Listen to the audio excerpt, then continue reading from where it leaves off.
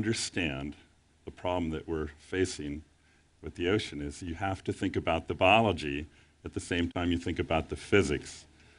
We can't solve the problems unless we start studying the ocean in a very much more interdisciplinary way.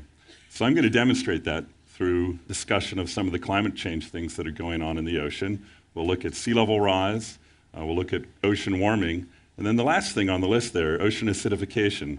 If you were to ask me, what do you worry about the most? What frightens you? For me, it's ocean acidification, and this has come onto the stage pretty recently, so we'll spend a little bit of time at the end. I was in Copenhagen in December, like a number of you in this room, and I think we all found it simultaneously an eye-opening and a very frustrating experience. I sat in this large negotiation hall at one point for 3 or 4 hours without hearing the word oceans one time. It really wasn't on the radar screen. The nations that brought it up when we had the speeches of the national leaders, it tended to be the leaders of the small island states, the low-lying island states. And by this weird quirk of alphabetical order of the nations, a lot of the low-lying states like Kiribati and Nauru, they were seated at the very end of these immensely long rows. They were marginalized in the negotiation room. One of the problems is coming up with the right target. It's not clear what the target should be. And how can you figure out how to fix something if you don't have a clear target? Now, you've heard about 2 degrees, that we should limit temperature rise to no more than 2 degrees. But there's not a lot of science behind that number. We've also talked about concentrations of carbon dioxide in the atmosphere. Should it be 450? Should it be 400?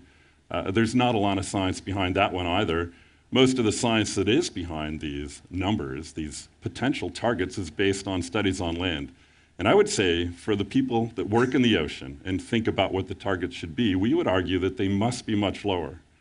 From an oceanic perspective, 450 is way too high.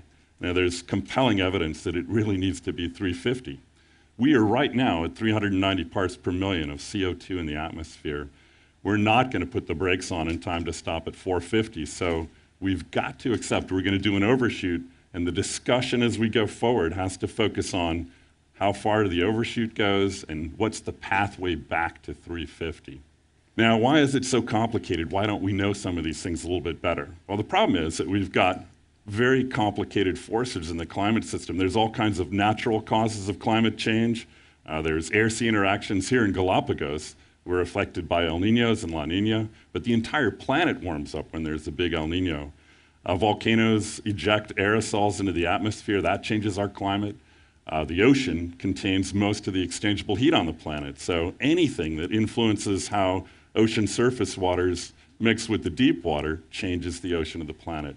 And we know the solar output's not constant through time. So those are all natural causes of climate change. And then we have the human-induced causes of climate change as well. We're changing the characteristics of the surface of the land, the reflectivity.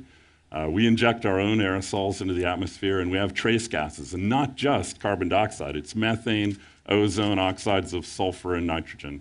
So here's the thing. It sounds like a simple question. Is CO2 produced by man's activities causing the planet to warm up?